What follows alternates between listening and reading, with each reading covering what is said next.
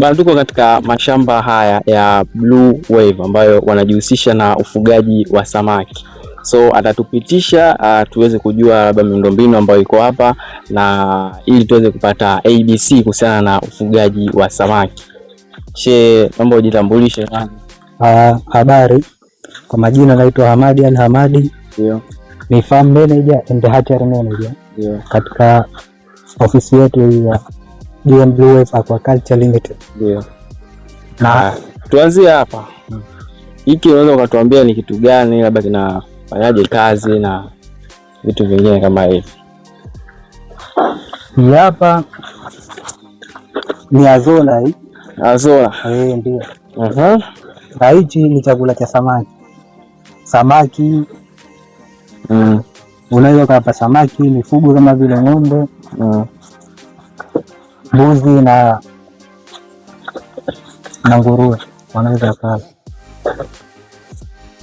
Kwa unaweza ukawapa hiki peke yake au na vyakula vingine ukawachanganyia? Hichi unaweza ukawapa kama ni additive, yani chakula cha nyongeza. Okay. Alafu baadaye ukawapa na chakula chao. Sasa hapa naona kama ni majani alafu hapo juu ya maji. Inakuwaje hapa? Anakuwa vipi? Ndio, ni majani, ni aina ya mimea ambayo inaota ndani ya maji. Na hii hapa tunapanda kwa kuchukua hii mimea sample kidogo pamoja na mbolea.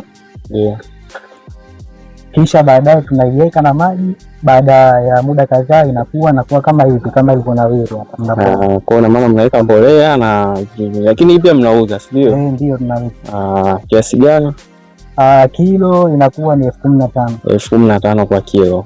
Inasaidia kwenye wanyama tofauti hapa. Ng'ombe, mbuzi. Chakula hichi chetu ambacho ni azola kinakuwa kina protini nyingi.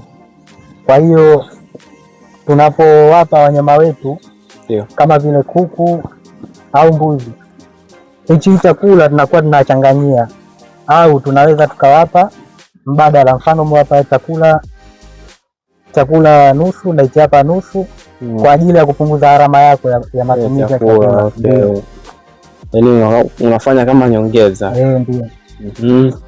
Pia hichi chakula tunaweza tukawapa samaki kama hivyo tunavyoona, ambacho tunakuwa ni kama ni chakula ambacho cha asili ambacho kiwapa kinapunguza gharama ya chakula. Ndio. Pia kwa kuku hichi chakula faida yake, tukiwapa kinafanya kile kiini cha yai kuwa cha njano, kwa sababu walaji wengi wa mayai wanapenda mayai ambayo yana kiini cha njano. Ndio. Okay. Na kuna kitu kingine hapa nimekiona.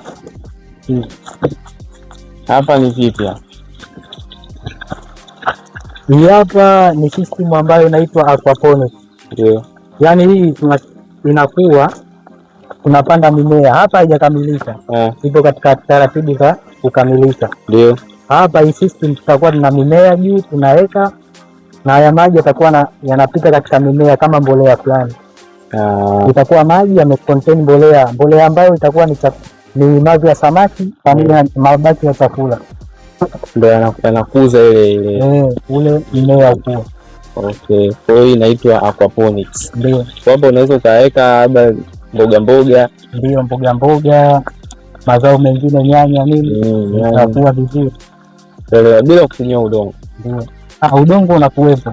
Udongo na Sasa mtazamaji, hii ni aquaponics ambayo unaweza ukafuga samaki lakini pia ukaweka na mazao kwa juu hapa kama ambavyo Bwana Hamadi ametuelezea. Kwa hiyo ufugaji una fursa nyingi, unaweza ukafanya vitu viwili kwa wakati mmoja. Ukakupa kama mbolea, samaki wakakupa mbolea ambayo inaweza ikakusababisha ukapata mboga nyingine pia, of course. Na kuna ile naonaga sijui wanaweka kuku juu, vibanda vya kuku, ile inakuwaje? Ile pale inakuwa kibanda cha kuku unacheka juu. Ndio. Lakini hutaki mavi ya kuku yale yaingie ndani ya maji ya samaki, kwa sababu mavi ya kuku tunajua kama yalivyo, mavi ya kuku ni uchafu.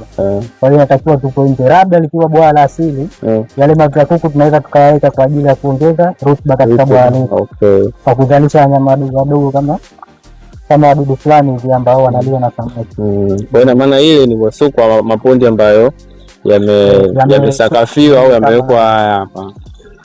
Mabwawa yale ya ardhi. Ya asili. Sawa sawa.